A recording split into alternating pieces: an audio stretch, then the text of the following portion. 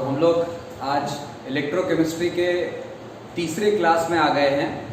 पिछले दो क्लासेस में हमने पढ़ा है इलेक्ट्रोड एंड इलेक्ट्रोड पोटेंशियल पहले क्लास में, और दूसरे क्लास में हमने पढ़ा है इलेक्ट्रोलाइसिस एंड इलेक्ट्रोलाइटिक सेल। तो आज हम लोग इलेक्ट्रोलाइसिस पे ही आगे बात करने वाले हैं। एक साइंटिस्ट है फैराडेज, उन्होंने कुछ स्टेटमेंट दिया है।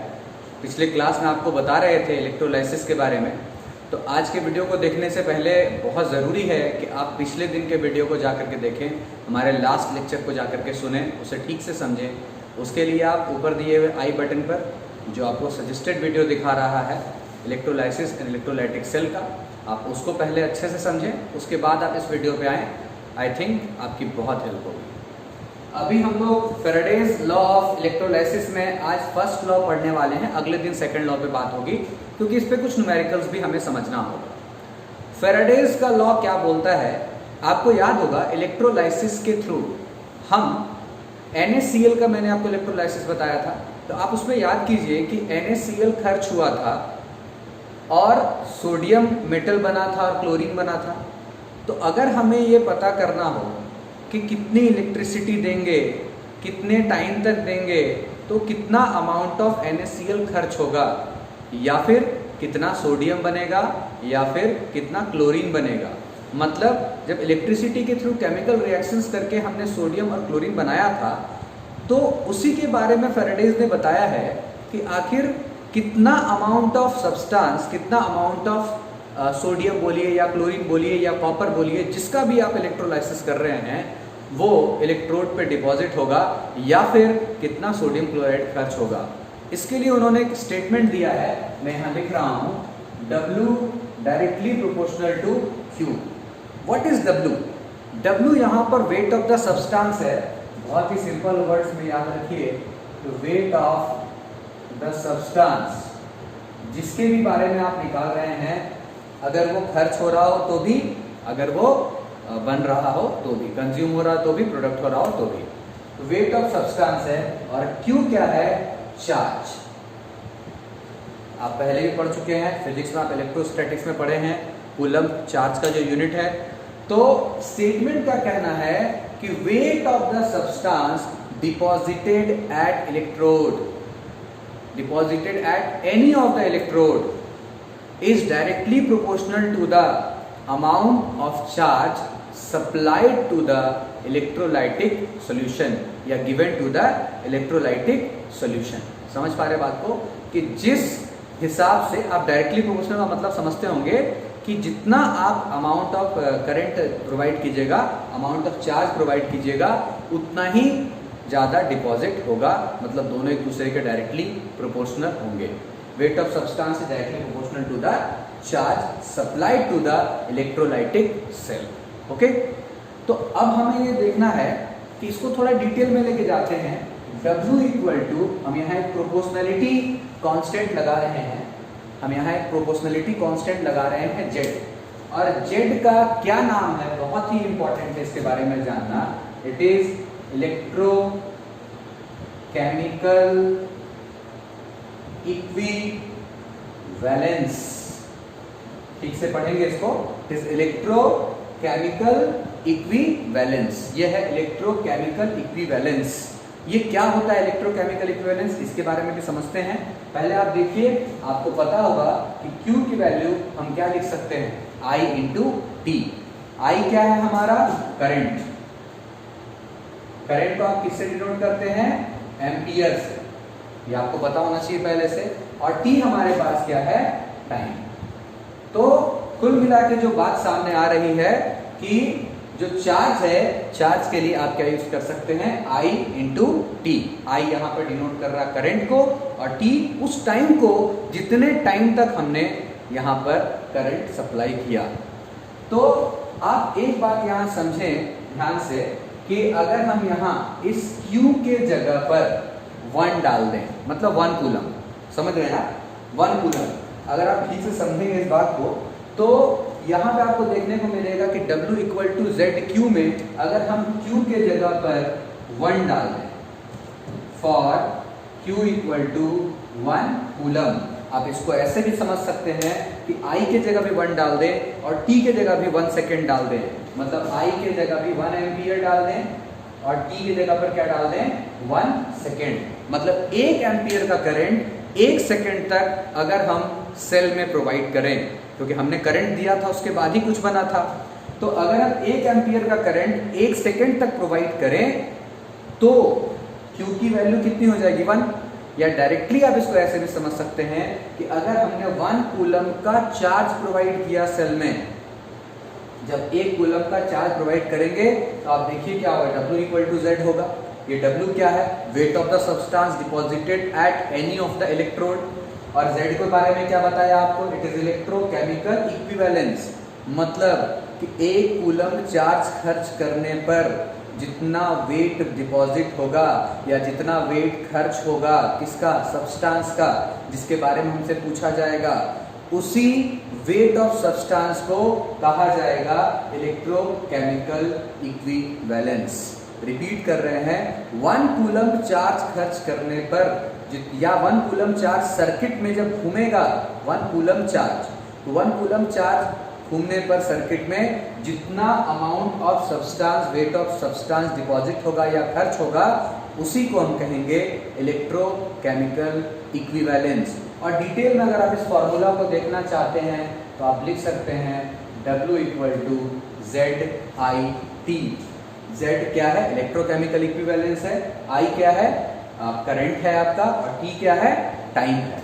तो ये हमारा हो गया फैराडेज फर्स्ट लॉ का क्या कहना है, और हमारे पास ये फॉर्मूला भी निकल करके आ गया है। समझ रहे हैं आप बात को, Z को आप जरूर ध्यान रखें क्योंकि हमें Z की बहुत जरूरत पड़ने वाली है। चलते हैं अगले सेक्शन की तरफ कि इसमें कैसे न्यूमेरिकल्स पूछे जाते हैं और कैसे उसको हैंडल करना है। आप पहले इसको ठीक से समझिए, ओके।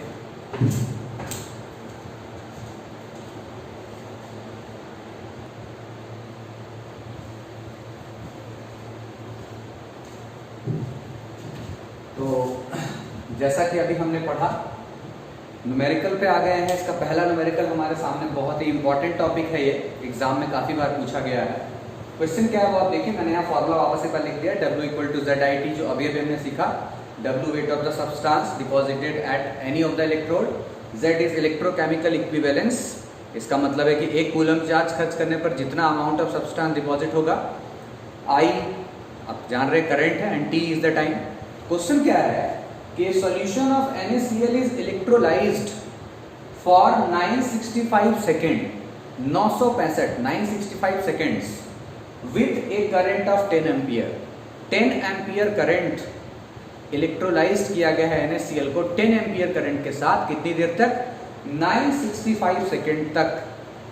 पूछा रहा है what is the mass of Na deposited at cathode, sodium कितना ग्राम डिपॉजिट होगा कैथोड पर, या फिर दूसरे में पूछा what is the mass of chlorine deposited at anode. इसके लिए सबसे पहले आपको वो रिएक्शन पता होना बहुत जरूरी है कि आपको NaCl के अंदर में, आप सोचिए कि जब सोडियम डिपॉजिट होगा तो सोडियम आयन से ही बनेगा, और सोडियम आयन पर कितना चार्ज होता है, +1 चार्ज। सबसे पहले आपको ये लिखने आना चाहिए, देखिए आप, हमें अगर वेट निकालना है तो ZIT तीनों चाहिए। फॉर्मूला जैसा कि हमेशा न्यूमेरिकल करते आए हैं, I जो कि करंट है वो 10 एम्पियर दिया हुआ है क्वेश्चन में, टाइम जो कि दिया हुआ है 965 सेकेंड, ठीक है। अब आप देखिए यहाँ पे कि मैं आपको एक चीज बता रहा हूँ, सबसे पहले तो 1 नंबर क्वेश्चन अगर सॉल्व करें, रिएक्शन इज, कौन सा रिएक्शन लिखना है, कैथोड वाला, है ना। कौन सा लिख रहे हैं, कैथोड वाला रिएक्शन। जो सोडियम आयन है वो 1 इलेक्ट्रॉन लेगा और किसमें कन्वर्ट होगा, सोडियम में कन्वर्ट होगा, है ना। तो जब ये सोडियम में कन्वर्ट होगा तो इस लाइन को देखिए क्या रिप्रेजेंट कर रहा है, इस लाइन को क्या रिप्रेजेंट कर रहा है वो आप देखिए कि सर्किट में जब 1 इलेक्ट्रॉन, तो उसको 1 नहीं क्या कहते हैं, 1 मोल इलेक्ट्रॉन, ये आपको याद होगा ना स्टोइकियोमेट्री रेशियो क्लास 11, 1 मोल इलेक्ट्रॉन, कितना इलेक्ट्रॉन है, 1 मोल। तो सोडियम भी कितना बना, 1 मोल सोडियम इससे बना। इस रिएक्शन को देख के समझ में आ रहा है कि जब सर्किट में 1 मोल इलेक्ट्रॉन घूमेगा या 1 मोल इलेक्ट्रॉन यूज होगा तो उससे 1 मोल सोडियम बनेगा। अब 1 मोल इलेक्ट्रॉन पर कितना चार्ज होता है, ये सबसे इंपॉर्टेंट पॉइंट है। आपको बता रहे हैं 96500 कूलम, 96,500 कूलम चार्ज 1 मोल इलेक्ट्रॉन पर होता है। 1 इलेक्ट्रॉन का आपको पता 1.6 × 10⁻⁻⁻, वो आपको पता है कूलम। 1 मोल इलेक्ट्रॉन मतलब जितने वोगाड्रो नंबर वाले इलेक्ट्रॉन्स होते हैं उन टोटल पर कितना चार्ज है, और इसका एक स्पेशल नाम भी आप याद रखेंगे, फेराडेज कांस्टेंट। 96,500 कूलम को फेराडेज कांस्टेंट भी कहा जाता है। ओके, तो 96,500 कूलम चार्ज मतलब 1 मोल इलेक्ट्रॉन पर इतना चार्ज, जब इतना चार्ज खर्च हुआ तो 1 मोल सोडियम बना, मतलब 23 ग्राम सोडियम बना। यही समझ में आ रहा हमें इस रिएक्शन को देख करके? ठीक से समझिए कि 1 मोल इलेक्ट्रॉन खर्च हुआ तो इतना सोडियम बना। ये रिएक्शन से समझ में आ रहा है हमें। इसका मतलब है कि जब सर्किट में 96,500 कूलम चार्ज खर्च हुआ तो उससे 23 ग्राम सोडियम बना, क्योंकि सोडियम का 1 मोल, सोडियम का मोलर मास 23 ग्राम होता है ना। मोलर मास आपको 1 से 20 तक कम से कम याद रखना चाहिए, उसके बाद वाले क्वेश्चंस में दिए रहते हैं हमेशा। तो आपको चाहिए 1 कूलम का। क्यों चाहिए 1 कूलम का? क्योंकि हमें फॉर्मूला पता है W का, ZIT। हमें I की वैल्यू क्वेश्चन में गिवन है 10 एम्पियर, T की वैल्यू गिवन है 965 सेकंड। तो बचा कौन? That is electrochemical equivalence. उसकी वैल्यू हमें फाइंड करनी पड़ेगी, और ये वही निकाल रहे हैं कि 1 कूलम चार्ज खर्च करने पर जितना अमाउंट बनेगा उसको इलेक्ट्रोकेमिकल इक्विवेलेंस बोलेंगे। अभी बताया था आपको, तो 23 बाय 96,500 ग्राम। ये जो वैल्यू निकल के अभी आई है हमारी, इस वैल्यू को हम क्या कहेंगे? It is Z of Na, मतलब इलेक्ट्रोकेमिकल इक्विवेलेंस ऑफ Na। बस अब तो क्वेश्चन बहुत इजी है। गिवन भाई I की वैल्यू क्या गिवन है? 10 एम्पियर। टाइम क्या दिया हुआ है? 965 second. Since from Faraday's first law of electrolysis, ऐसा लिख दीजिए आप स्टेटमेंट, और फिर बनाइए W equal to W of Na equal to Z of NaIT। अब वैल्यू बिठा दीजिए। W ऑफ क्या निकाला आपने? 23 बाय 96500 इंटू I की वैल्यू 10 और टाइम लिखी 965। अब इसको कैंसिल करें तो ये 100 टाइम में कैंसिल होगा, ये 1 टाइम में कैंसिल होगा, एंड द आंसर इज 2.3 ग्राम। तो अगर पूरे सेल में 965 सेकेंड तक 10 एम्पियर का करंट दिया जाए तो 2.3 ग्राम सोडियम इससे डिपॉजिट हो जाएगा हमारे कैथोड पर। ठीक ऐसे ही दूसरा वाला भी है हमारा, उसको भी हम बनाते हैं। आप इसको समझ गए हैं, और इसको जरूर याद रखिए कि 96500 कूलम जो चार्ज है ये 1 मोल इलेक्ट्रॉन का चार्ज है, जिसको क्या कहते हैं हम? Faraday's constant. ये आप याद रखिए, ठीक है। तो अभी सेकंड वाला भी आपको बना के दिखाता हूं, आप इसको समझिए ठीक से पहले। ओके,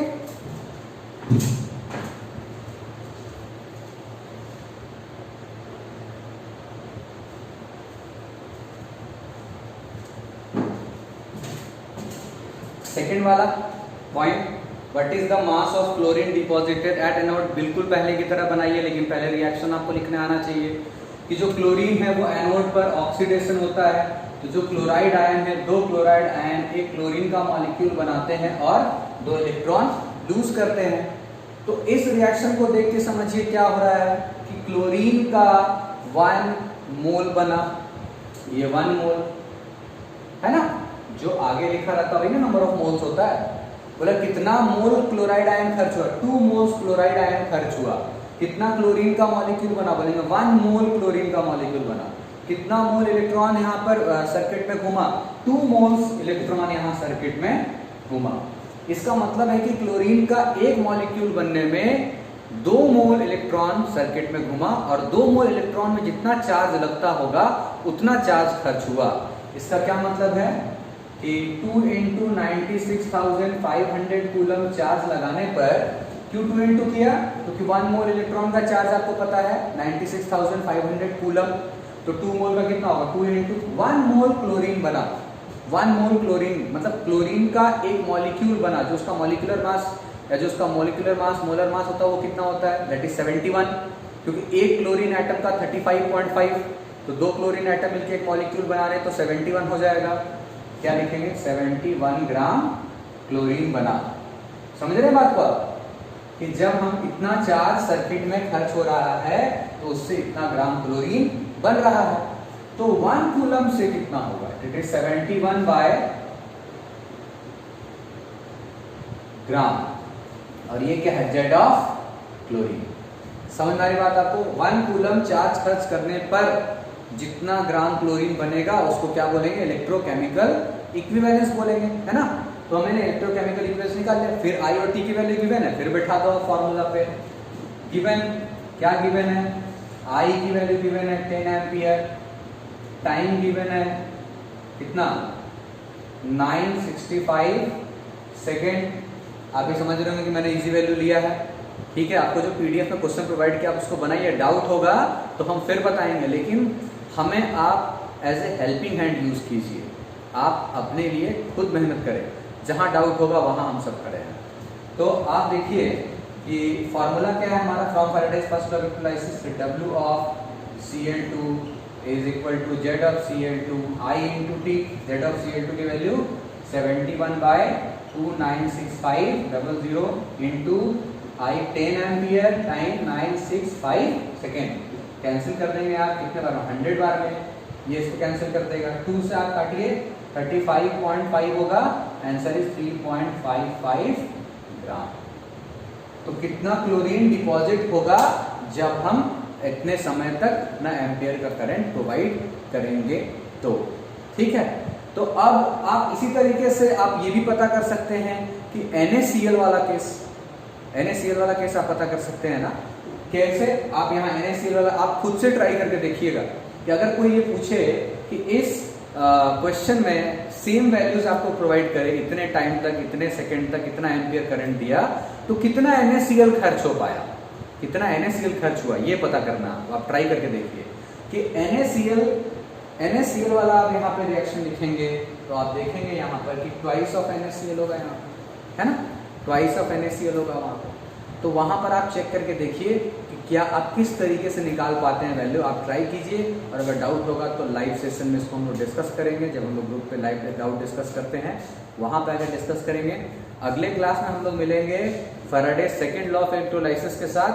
आप सारे वीडियोस को बहुत ध्यान से देखिए, समझिए, और जहाँ भी डाउट होगा हम लोग वहाँ पे लाइव सेशन में इसको डिस्कस कर लिया करेंगे। Thank you.